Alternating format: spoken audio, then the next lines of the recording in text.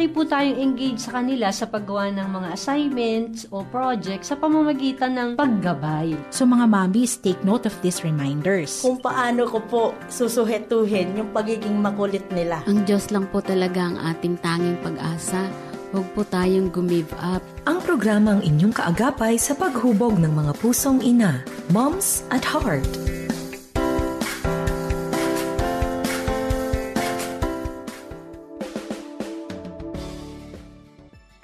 Magandang hapon, masiglang hapon, or magandang araw. Saan man po ba kayo naroroon or baka gabi dyan sa inyong lugar. Welcome po ang bawat isa sa atin na namang huntahan ng isang oras patungkol sa paghubog sa ating mga pusong ina. At napapansin niyo po ba for this month of June, sunod-sunod po mga katatayan ng ating pong mga kausap because ito po ay buwan naman nila. And so we would like to give way sa kanila pong mga kaisipan, sa kanilang mga karanasan. Medyo kakaiba po ang ating pag-uusapan sa ngayon dahil ito ay tungkol sa pagbubukid. Yan. Pero kahit tungkol sa pagbubukid ay tutuklasin natin paano ang isang tatay na itawid ang mga prinsipyo kung paano maging maayos ang buhay sa pamamagitan ng mga bagay-bagay na naranasan sa bukid. Samahan niyo po kayo makinig 702 DCAS AM Bond. O di kaya naman po ay manood sa atin pong FEBC Radio TV or di kaya po sa ating Facebook ng Moms at Heart. At ang lahat ng yan, dahil tayo po ay miyembro ng kapisanan ng mga broadcaster ng Pilipinas. Atin na pong i-welcome all the way. Kala mo naman layo. Dito lang po siya sa Quezon City. Hi, Daddy Nilo.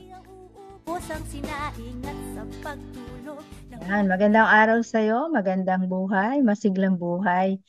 Daddy Nilo, yan. Bumati ka muna. Ayan, so isang magandang araw po sa bawat isa.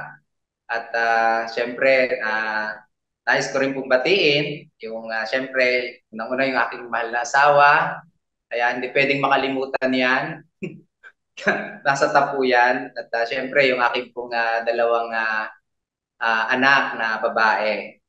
Ayan. So, nais ko rin po syempre na shout out na rin yung of course yung aking bayaw at yung aking ate na may-ari ng farm na aking pong pinupuntahan sa Tanay. Yan. So, yan. Okay. Yan, nabanggit ni Daddy Nido yung kanyang farm. Kasi ito po yung pag-uusapan natin dahil ngayong buwan ng June ay ang feature natin ay ang mga tatay, ayan, the dads, the papa, ayan, the itay, no? Kasi po ngayong June ay we will be celebrating Father's Day. Pero next week pa po yun, ano? Pero sa ngayon po ay isang tatay na nahihilig, no?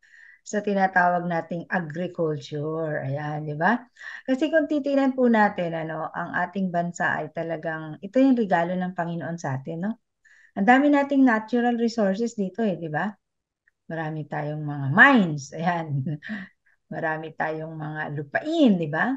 Ang tataba ng lupa natin, yung karagatan din natin, ano, parang punong-puno ng mga naglalakihang isda, di ba? So, napakayaman ng ating bansa. Itong kahiligan mo sa agriculture o sa pagbubukid, iba yan sa pagiging saka, di ba? Yung saka is bigas, palay, gano'n, ano? Pero when you say bukid, ito yung mga halaman, tama ba?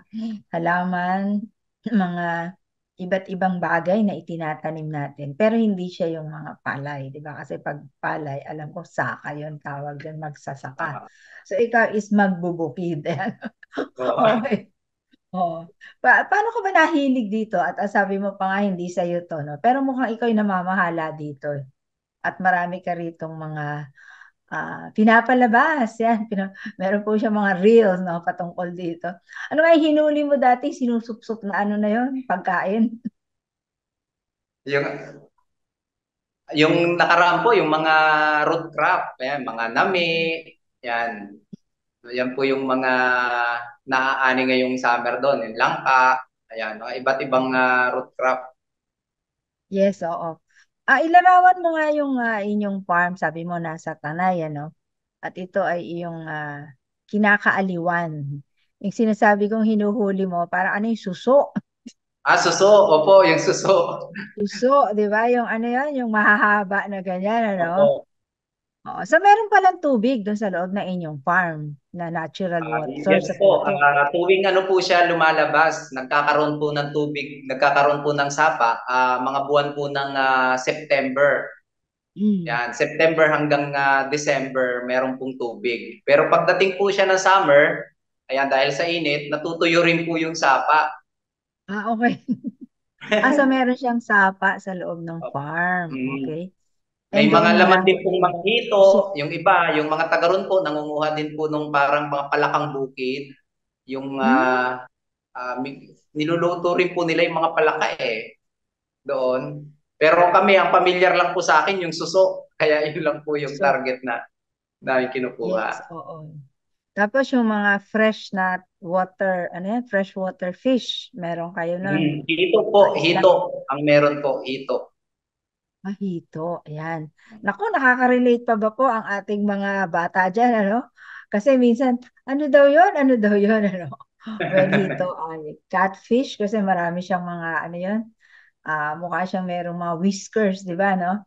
Meron siyang ano sa kanyang bibig. Ano ito, matalim yung ano na yun, yung tibo na tinatawag nila, ano?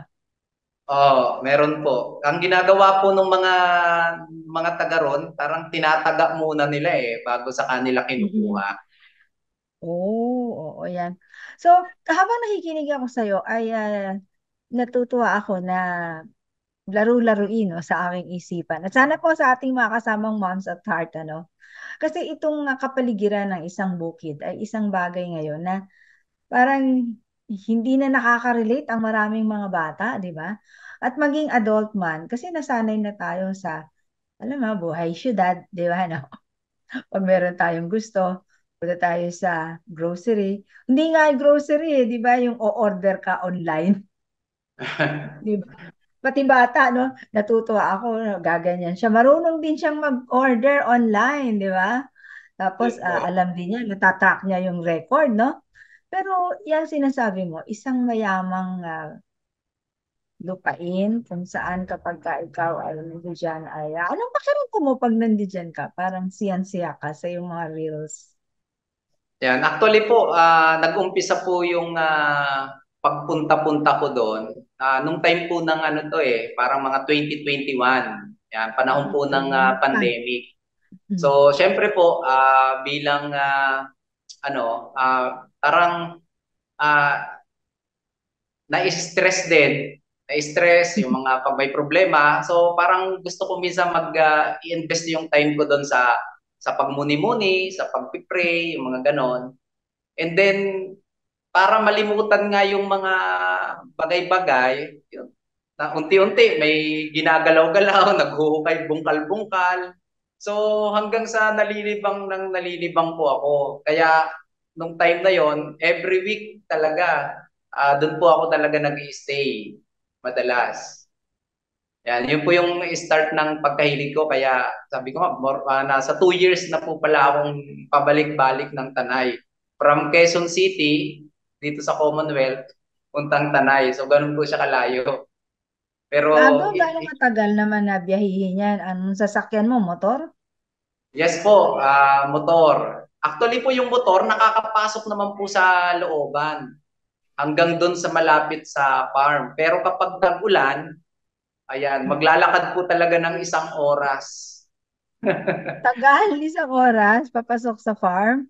Yes Naku, po. talagang may kasama na palang exercise. Tapos pagdating mo doon, gutom ka na. Kakain ka na ng mga inanim mo doon, ano? So, Yes bukod po. doon sa lamang, hindi lamang dagat lamang ilog, lamang sapa, na mga isda-isda at suso. Na-mention mo, meron kayong root crops, no? Yan. Mm. Ano yung mga halimbawa ng root crops nyo dyan? Yung pong ano, yung mga tinatanim na tumutubo sa ilalim ng lupa. Yan. Like kamote, no? Tama? Yes po, nung nakaraan po, nagtanim ako ng kamote, tapos Mm-mm. yung gabi, yung taro. Gabi. Ayan. Mm-mm. Yes, ginagawa po namin yan na taro chips. Masarap din po siya sa gawing taro chips. Process mo na siya, ha? Mm-mm. Tapos, nung nakaraan po, yun, yung nakahukay din kami. Actually, dati na pong tanim yun yung ube. At ginawa po naming ube halaya. May ubi rin kayo. Oo, yes. Pero Naku, ano alam po mo, yun, dati ng tanim nung unang may-ari. Hindi pa po talaga kami nagtatanim. Ngayon pa lang, ngayon pa lang kung tag-ulan kami magtatanim. Daddy Nilo, yung sinasabi mong yan, kagaya nung ubi, ay kamahal-mahal niyan, lalo na yung halaya. Pag nailagay na siya sa bottle na ganyan, parang napakamahal na niya, parang 300 ang isang bottle, no? Minsan ay baka 250, tinawaran pa, di ba? Pero mahal pa rin siya. Tapos, meron ka din ng tinatawag na sabi mong nahuhukay ng mga gabi. Naaalala ko, paborito ko kasi yun, pag magsisigang kami, kaliit-liit na ganyan, parang 20 pesos isang piraso, di ba?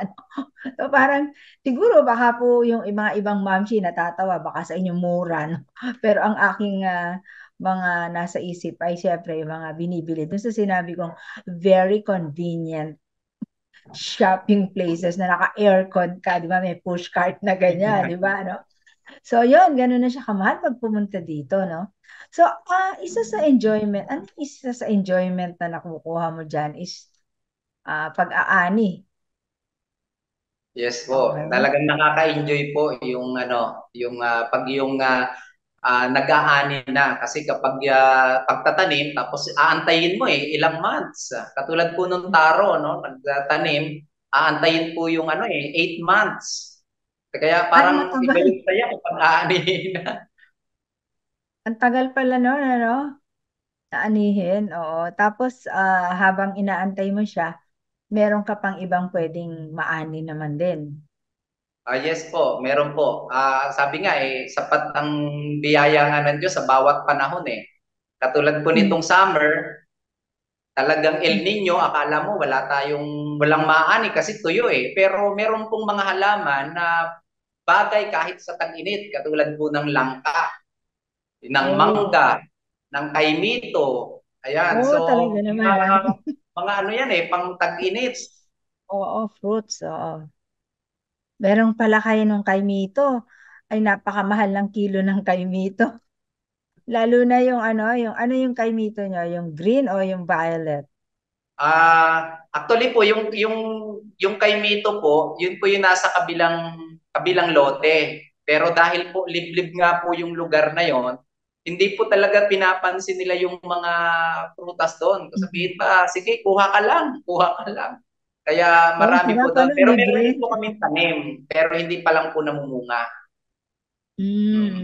Kulay ano po Libre. siya kulay yung parang green. Green. Kulay Puti green. ang laman niya, no? Yes po. So, iba-iba kasi yan ang klase. Okay.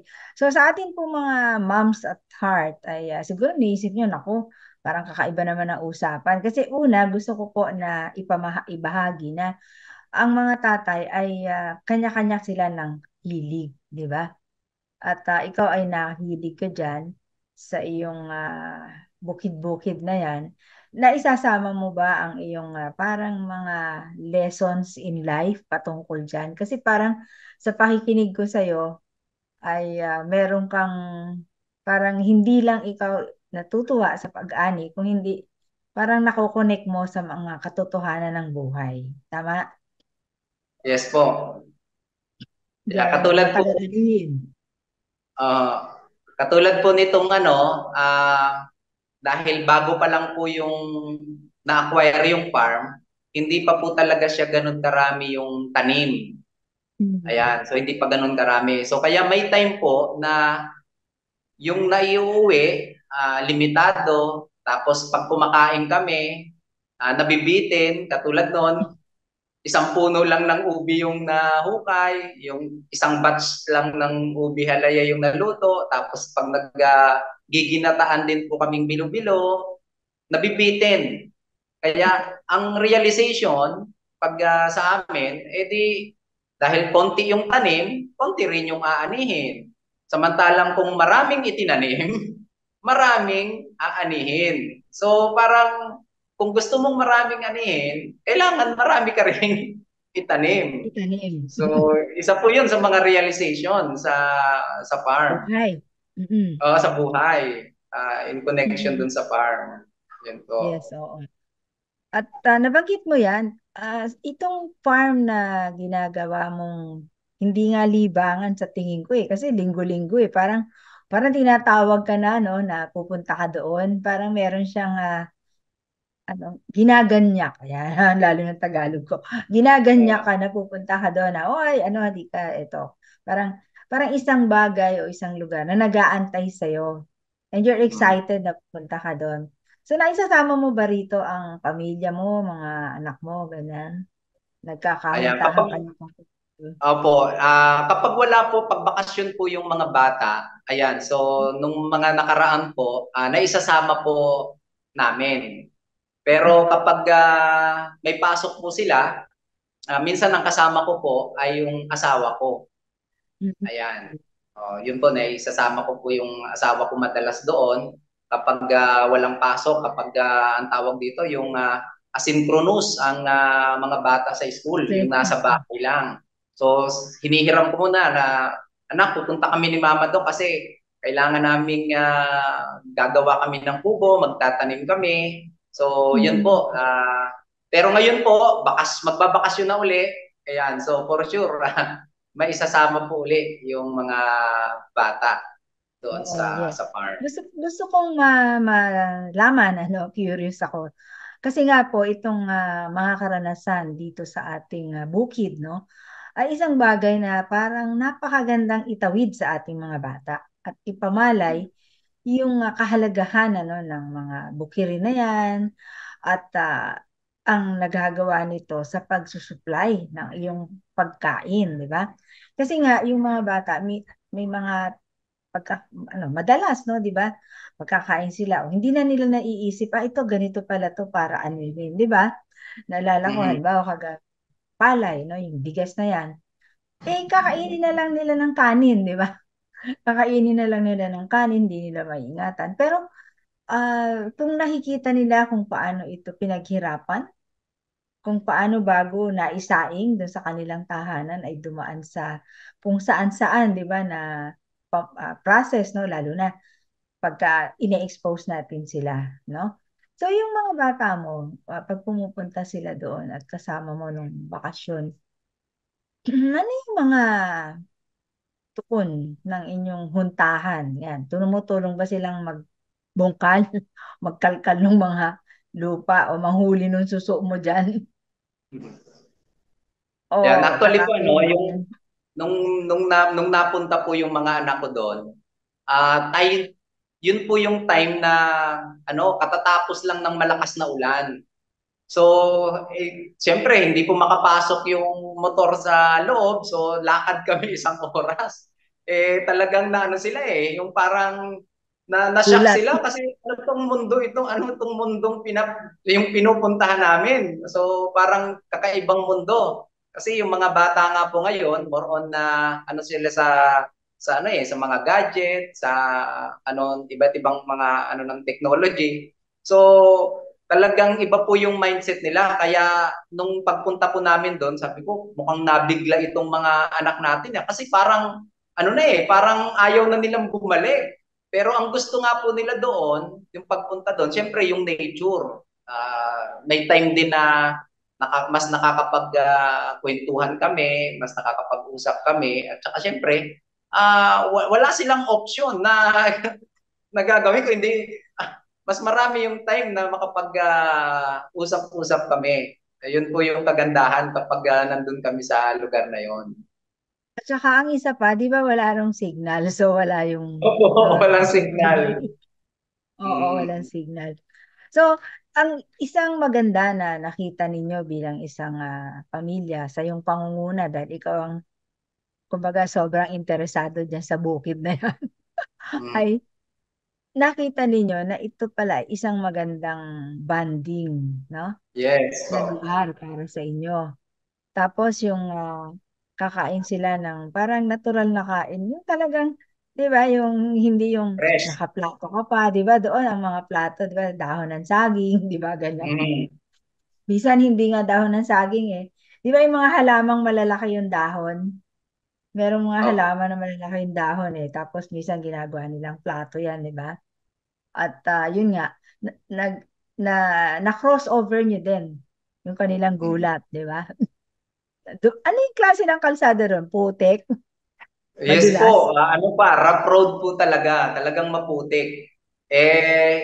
Talagang katatapos lang po ng ulan, tapos ang mga tsinelas pa, talagang nai-slide. Nadudulas talaga sila. Yung pag kami lang po, pag ako ang maglalakad, kaya ko pong lakarin siya ng 45 minutes eh. Pero nung kasama po namin yung mga bata, inabot po kami isang Ano oras oras po inabot? kalahati. Isang Isang oras oras at kalahati. kalahati. Doble. Siguro kasama yung pamamahinga. Okay, ito pa isang curiosity sa akin. Siyempre bilang tatay, no? Habang naglalakad sila, no? Nag-aagaw yung damdamin mo kung paano mo sila encourage, 'di ba, no? Yes po. Na ano. So paano mo 'to ginawa? Paano ito nangyari? Actually po parang napakahirap nga pong i-encourage ng mga bata. Pero ang ang ipinapakita ko po sa kanila yung kapag yung yung experience nila doon sa harvest. Yan, kapag may harvest, kapag may ani. Halimbawa po kapag galing ako ng Tanay, yung motor kargado, isang sako na nakalagay sa likod, tapos meron pa doon sa box, tapos meron pa doon sa harapan. So tapos Mm-mm. kapag nahinog na po yung mga saging, gagawin kong maruya, tapos kung ano yung Kain sila. pwede pang iluto, gagatan. So, doon sa ganong paraan, tapos yung mga latundan, isi-shake ko po, lalagyan ko ng gatas. So, kapag na-experience po nila, yung hinahanap-hanap po nila, na para bang meron pang ganito. So, doon ko po pwede silang ay, wala na nak eh, pero hayaan mo, pag tag-ulan uli, so magpaparami tayo ng saging, magpaparami tayo ng ano. So, doon ko po sila nai-encourage. Kapag Mm. nai-experience nila yung bunga ng mga tanim doon sa farm. Yun po ang aking way na ipinapakita sa kanila para mas ma-encourage po sila na tumulong o magpursige para hindi kami nabibitin pagdating ng time. Inan. Ayan. So naalala ko nga po pala nung unang punta po nila sa farm, talagang hirap na hirap po sila sa paglalakad kasi nga katatapos lang ng ulan, sobra ang putik. So talagang nadudulas-dulas sila, tapos yung mga tsinelas nila dumidikit dun sa putik, nahihirapan silang tanggalin. So kaya tumagal po talaga kami ng paglalakad. Nagdoble yung oras namin bago kami makarating sa farm. So talagang meron po talaga akong fear na paano ko i-encourage tong mga anak ko dito sa farming kung ganito yung na-experience nila. Pero ang sinasabi ko po sa kanila, mas masarap ang bunga ng pinaghirapan. Yung kapag yung pagod na pagod sila doon, tapos kapag na-experience nila na makainom sila ng fresh buko, ng mga ganon. Oo. So talagang marirefresh naman sila. So yun po. So yun po yung mga word of encouragement na talagang hindi basta-basta madaling makuha ang talagang pinaghihirapan ang mga bagay-bagay. Mhm. Okay, maganda yung sinabi ng isang ama, no? Kasi po, sa madaming mga bata ay nagkakaroon po sila ng mga mental challenges, di ba? Kaya nga pataas at pataas ang mga suicide cases natin ng kabataan. At hindi lang yun, ano, ang isang nakakaalarma dito ay pabata ng pabata, no? Kasi ilan na yung mga aking nakaharap, no, ng mga cases ng mga 10 years old, no? Ay nagkakaroon na sila ng mga ganong attempts, no? Kaya yung sinasabi mo, Daddy Nilo, na sinabi mo dito sa mga batang ito habang sila ay nahihirapang maglakad. Palagay ko napagutan pa ng tsinelas yan. Lalo hindi ipit ng tsinelas, no? Alam ko yun kasi may mga ganyan akong karanasan lumakad sa putikan, tapos babaon yung tsinelas mo, paghugot mo, tanggal na yung tsinelas mo, yung strap. So, ang mga batang yan ay pinagsabihan, hindi pinagsabihan na pinagalitan, kundi sinabi mo sa kanila na ito ay bahagi ng buhay. Ang hirap, no? Yung mahirap na buhay. Pero alam mo mga anak, pagdating natin dun sa bukid, yan, di ba? Kakain na tayo ng mga sariwang mga pagkain doon, di ba? Mamimitas ako ng buko, yan, di ba? So kumain sila ng hanggang sa dito sa atin sa siyudad, ang buko dito parang 50 pesos ang isa, di ba? Parang medyo mahal, di ba? So, yun ang isang encouragement. Doon pinipitas nyo lang, no? Tapos, Mm. doon ba kayo natulog noon nung nagpunta kayo doon? Yes po, isang gabi po kaming natulog doon at Mm. talagang nanibago sila kasi ang naririnig po nila iba't ibang huni ng mga ibon eh. Saka kahit Oo, ay gabi, narinig iba-ibang ko tunog rin. ang Mm. napapakinggan nila, ibang-iba doon sa naririnig nila na pangkaraniwan pag nasa bahay. Oo, hindi yung noise ng mga tugtog, dumadagundong na music, mga ganyan. Doon ay katahimikan, pero may mga tumutunog na kung ano-ano, 'di ba, no? So, isa pa, syempre wala roong mga sinatawag nating mga ilaw, 'di ba? Yung anong Opo. ilaw niyo doon? May ilaw ba kayo doon? Ang O yung ginagamit ano po lang? namin doon, solar light. Solar. Okay, oo, yan, solar. Tumatagal naman ng solar. Alam ko kasi diyan sa solar, may oras eh. Ah, Depende pag sa mga klase. bandang 4 o'clock, 3 o'clock, humihina na ho eh. Lalo Hindi na na yun pag siya. tag-ulan. Mm. Mm. Pag umulan, yan, isa yan sa ng solar. So, ito naman ay isang bahagi din naman na pinaliwanag mo sa mga bata nung matutulog na kayo, di ba? So, kumain kayo doon. Doon ninyo kinuha yung mga pagkain ninyo nung hapunan. Yes po, may iba po kaming dalang baon, pero meron din po na galing doon. Katulad po ng nagugulay po kami ng ano yun, yung talbos ng kamuting kahoy, yung Oh, ginagataan. gusto ng kamoting kahoy? Talaga, Yes yung po. kasaba? Kinakain Opo, pala yun. opo, Tapos yung niya. talbos. Masarap po siya. Parang laing din po, parang naglalaing. Okay. Ito naman mga batang ito ay hindi naman nagka-problema doon. Kumain sila. Gutom eh. Oo, ano po yan eh. Lagi ko pong sinasabi sa mga anak ko, kapag pinakain kayo ng magulang ninyo, kainin ninyo kasi mas mabuti yon sa kalusugan ninyo. Kaya minsan, medyo umaasim ang mukha nila, pero tinatry naman po nila na kainin. Dati nila mga ilang taon ba yung mga batang yan na pinag-uusapan natin? Yung aking pong panganay ay grade 10 at yung aking pong pangalawa ay grade 6. Okay, oo. So, mga teenagers sila. Mm. Yung isa ay early adolescent, si grade 6. At yung isa mo naman ay middle adolescent kasi parang mga 16 na yan, di ba? Grade 10 eh, Mm. ang kanyang edad. So, talagang sila yung mga mamsis, iba yung mga edad na ito yung mga madidiwara, yung mga marereklamo. Di ba yung mga ganyan? Maiingay sila, di ba? Pareho silang babae at lalaki? Parehas po silang babae. Ah, Okay. Wala ka palang anak na lalaki. Parehong babae pala yan. Okay. So sa tingin mo, ano ang nagiging epekto nito sa kanilang mga kaisipan, no? Na bilang mga bata, sa ganong edad, sila ay mahilig sa mga panoorin, sa gadget. Sabi nila, siguro, ay naku, salamat naman, isang araw lang kami dito. Ganun ba yun? Ay, salamat naman, isang Oo. gabi. Minsan may naririnig po kami na anong oras tayo uuwi kasi malulobat na. Malulobat na daw.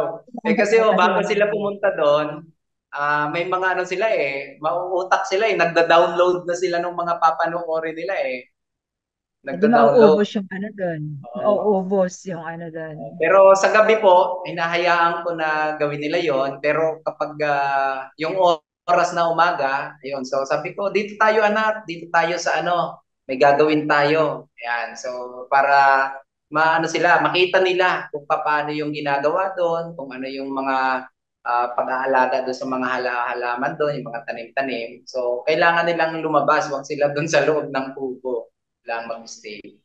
Yes, oo. Ano nakita mo dito sa mga batang ito na parang more challenge sa role mo bilang tatay sa kanilang pag-expose doon sa lugar? Yan, kakaiba ang ating mga pinag-uusapan ngayon. Ano po, sa ating mga katatayan ay bagamat ang tuon ay bukid, pero dito po ay nakita natin na iba ang isang tatay na meron siyang tinatawag na tuon sa pakikipag-usap sa mga bata. At nakita ko rin doon sa yung mga pakikipag-usap sa anak mo, Daddy Niloy, medyo may pagiging tigas, di ba? Yung parang ganon na, lumakad kayo sa pusik, talagang ganyan ang buhay. O, di ba yung ganon? Tapos yung nung gabi, di ba, na nagtatatanong sila, di pa ba tayo uuwi? Wala, nauubos na yung ano nila, yung battery, di ba, no? Wala na silang ano. And itong mga bagay na ito ay parang panimula, di ba? Pero so, nung kinabukasan, kumbaga, paggising sa umaga, yan. Ano na ang inyong naging buhay-buhay? Ay, salamat, nakatapos ang magdamag. Ayun, ano, kumusta naman ang umaga? Ayan. So, nung umaga naman po, syempre, dahil yung nature, ayan. So, enjoy naman po sila. Nag-i-enjoy naman po sila doon sa nature. At yun, nakakapasyal-pasyal sila. Yun nga lang, kapag medyo tumatagal-tagal na, medyo gusto na naman agad nilang bumalik doon sa dating buhay nila. Para ganun. Hmm. Kaya siguro po para ma-encourage talaga yung mga bata, huwag bibiglain.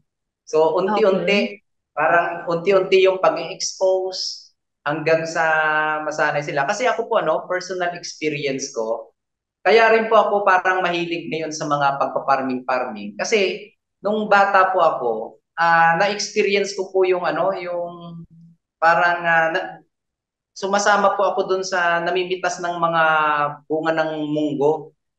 Ayan, Mm. tapos pag marami mong napitas, yun, Mm. parang pag na-process na siya, na kumpleto na, nabilad na, tapos nailagay na yung yung may party pa uwi, yung kabahagi mo, Okay, parang okay. Meron oh. kang Kaya parte. na-experience ko, siguro dahil dun sa mga ganong experience na-recall ako na bata ako ganito, na-experience ko yung ganito, na-experience. So kaya mahalaga po siguro sa bata talaga na merong hindi man talaga maraming time silang ma-google sa pagtatanim o sa Mm. pagpa-farm is yung magkaroon sila man lang ng experience para pagdating din ng time na magkaroon sila ng may pagpatuloy nila yung hilig kasi maaalala po nila yun eh.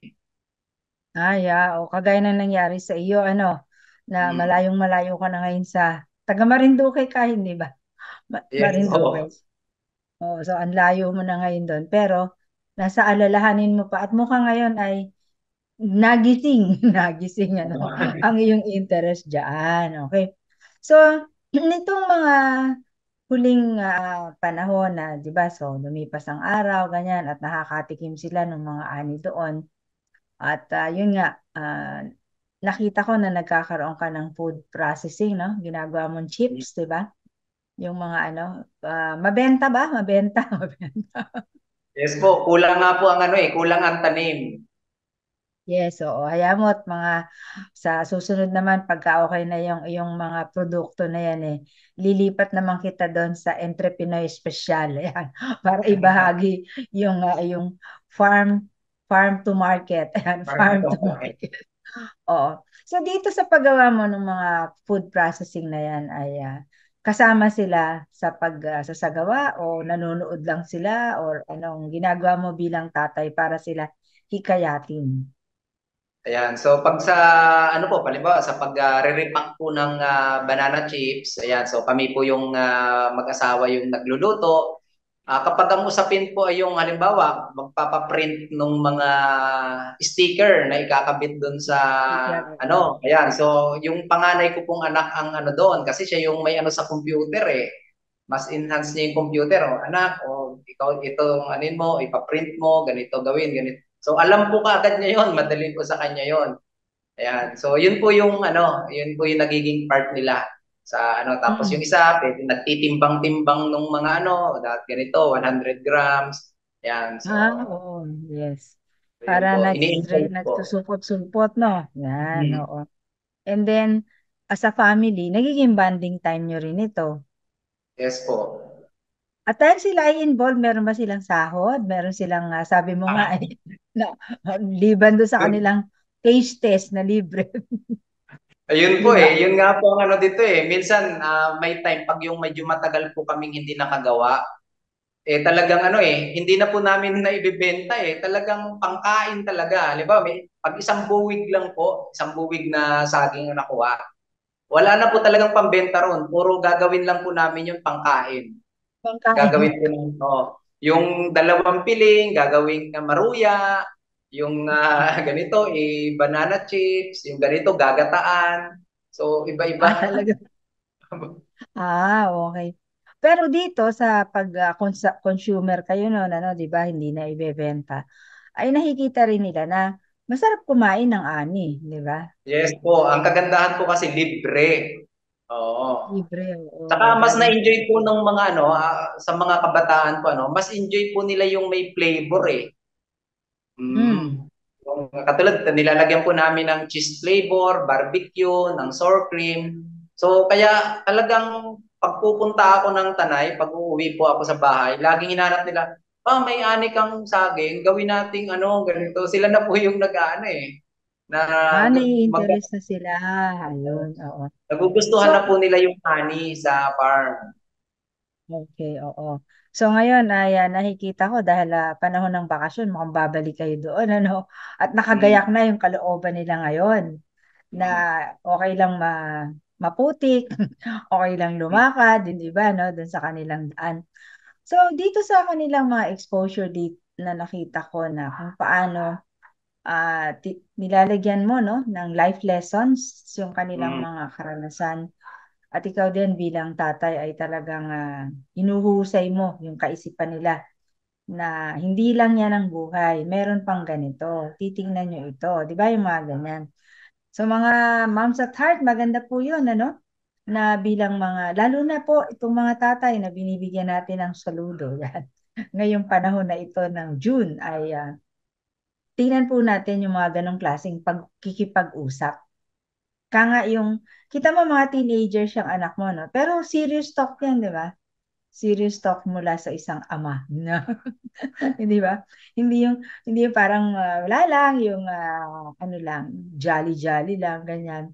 So, yan, nakita ko na serious talks ninyo. Alright, so, mula nung mga panahon na yon, okay, dahil tayo ay tutuon naman dun sa long range na epekto sa kanila. Ano may nakita mo na parang, kasi sabi mo hindi ninyo ito farm eh.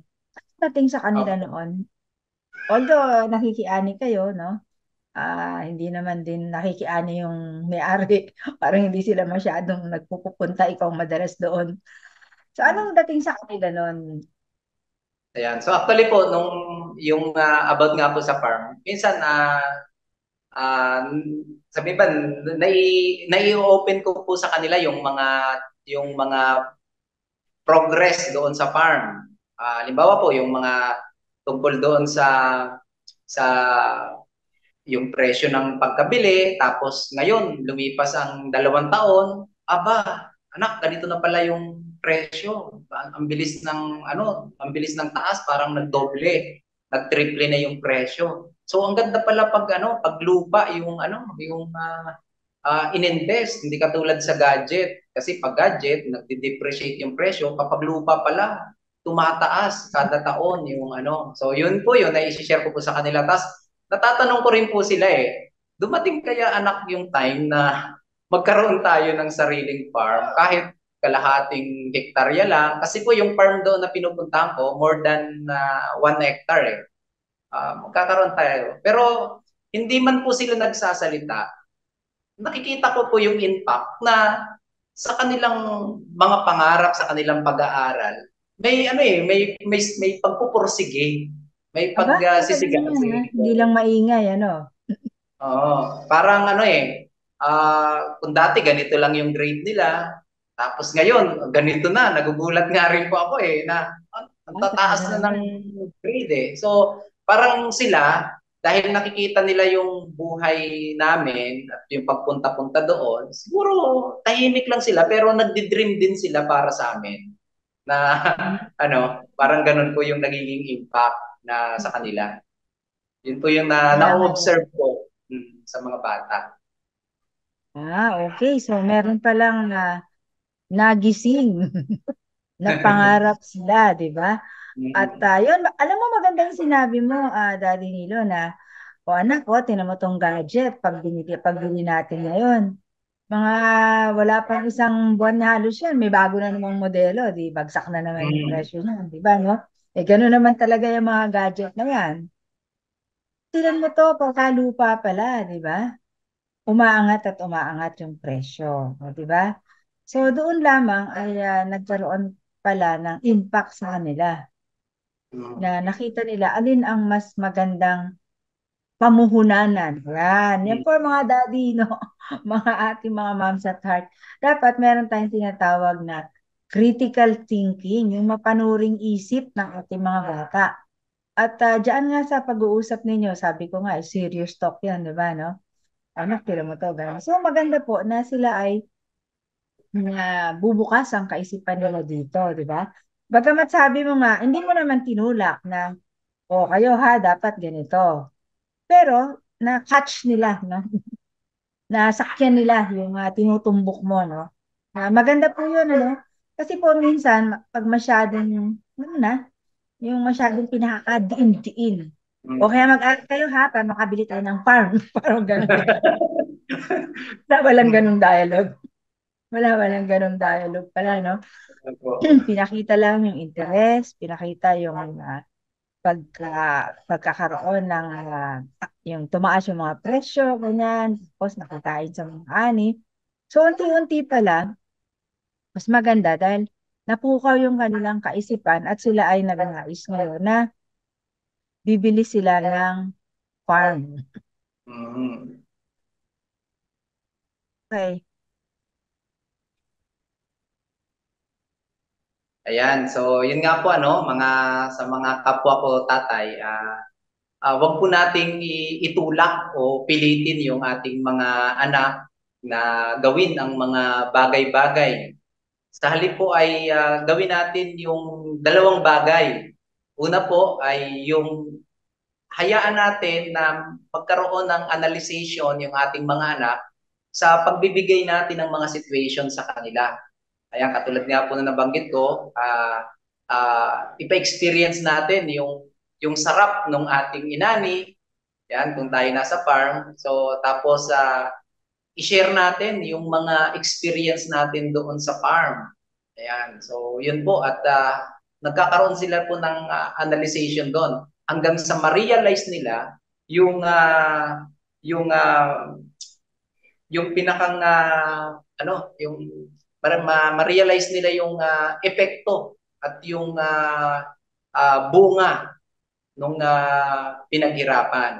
At yung pangalawa po, para ma-encourage natin sila, unti-unti i-expose natin po sila doon sa nais natin na kung saan sila akayin. Katulad po nitong paghihilig, kung nais natin mahilig sila sa farm, unti-unti, ayan, isama-sama natin and then hayaan natin tumulong-tulong sila doon sa mga ginagawa natin doon.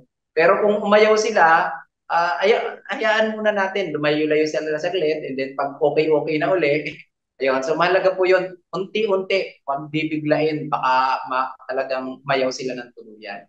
So yun po. Yan. So ngayon ay nakikita mo na sila na nagkakaroon ng foresight, di ba? No? Nagkaroon ng nagising ang kanilang mga kaisipan, ano? Na maganda pala na magbigay ng tuon, di ba? Sa lupa. At senior mo na, ano, alam mo, gusto ko lang pulutin yung iyong pananalita. Kasi sabi mo, ano kaya anak kung magkaroon din tayo ng farm? Di ba, no? Parang maganda po yun mga moms at heart. Yung hindi na mamalayan ng mga bata na ito yung gusto natin. Sa halip na sabihin mong, ay ano anak, sana magkaroon tayo ng farm kasi ito namang farm na to, hindi naman sa atin ito eh. Tapos tinan mo, punta ako ng punta doon, no? Naghihirap ako magpunta doon, bakit pa tumaani tayo? Pero hindi atin yun. So maganda kung magkakaroon tayo ng atin. So iba yun kaysa doon sa isang sinabi mo na, ano kaya? O di ba? Parang, Opo. Dumating kaya yung time na magkaroon tayo ng farm? Parang patanong eh. Parang oo, gano'n. patanong, di ba? So dahil ito ay patanong, parang ang kinukuha mo ay ang kanilang opinion. Yun ang maganda po sa ating mga bata, lalo na yung mga edad na yan. Maging maingat po tayo kasi ang mga edad na yan yung mga bumubuo na sila ng pagiging independent. Gustong-gusto nila nang sila ay nakukonsulta. Yan, parang akala mo marami na silang alam. Parang gusto nila yon. Yung kukonsultahin mo sila, yung ipapamalay mo sa kanila na mahalaga yung opinion nila. Yan po ang nature niyang mga edad na yan. At nahuli mo bilang tatay, no? Kaya nagkaroon kayo ng swak ngayon na, ayan, nakita mo na ang tataas na ng kanilang grades kasi nagkaroon sila ng pangarap. Baka isang araw, mag-aaral na yan ng hindi na yung mga gustong mga tungkol sa computer ngayon. Ang aaralin niya ay tungkol sa agriculture. Diba? Oo, yan ang kanyang kukunin. Okay, so maraming salamat sa'yo. At sana naman ay nakapulot po no, ang ating mga katatayan. Bagamat ang usapan ay farm, pero marami po tayong natawid-tawid, no?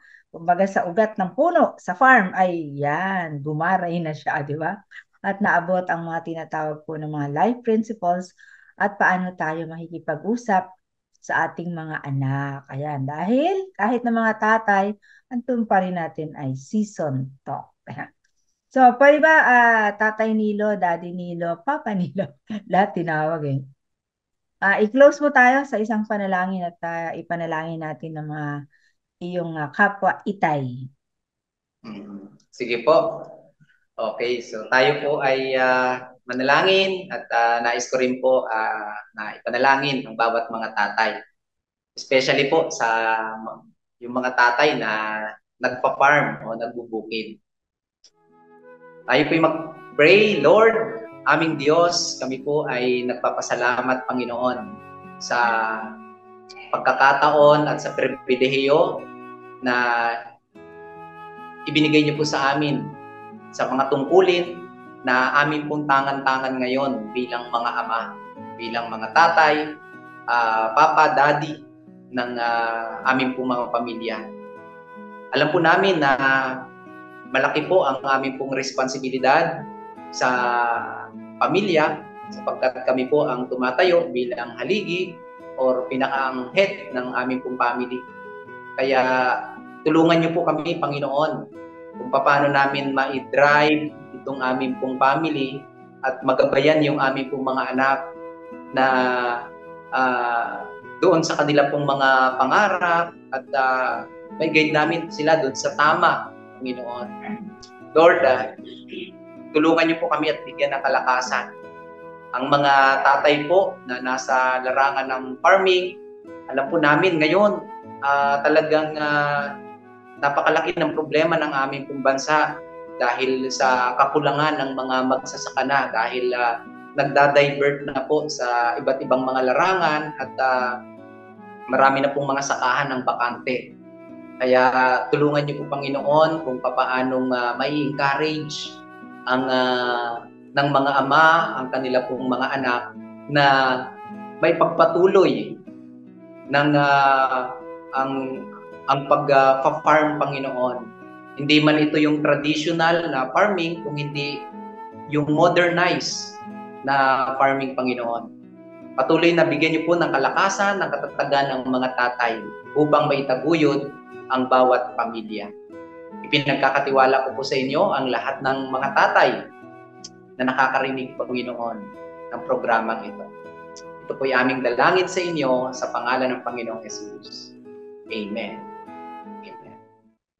Yan. So maraming salamat sa iyo, Tatay Daddy, Papa Nilo, at sa atin po mga kasama Ay, sana po marami po tayong napulot na mga bagay-bagay.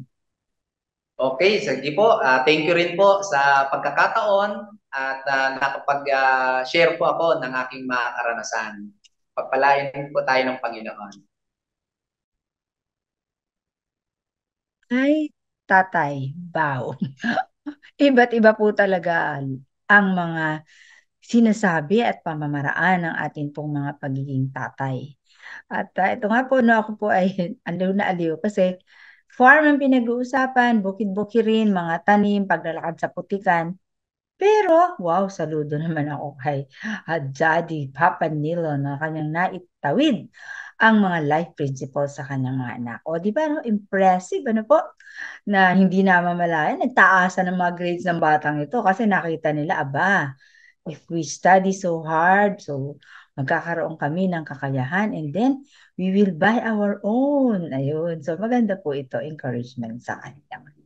Sana nga po patuloy po tayo na nahuhubog ng ating pong mga pusong ina dito sa ating programang Moms at Heart. Maraming pong salamat mula sa inyong Mommy Beserios, sa lahat ng ating nakasama sa pamamagitan ng pakikinig or panonood. Nakinig sa 702 DCAS AM Bond or di kaya naman po sa ating FEBC Radio TV nanood, FEBC Radio TV at ganoon din po sa Facebook ng Moms at Heart. Alam, lahat ng yan made available dahil nga po tayo ay miyembro ng kapisanan ng mga broadcaster ng Pilipinas. And syempre, nakikigalak, nakikisaya pa rin po tayo. Naku, na-miss nyo po ba ang ating celebration ng anniversary?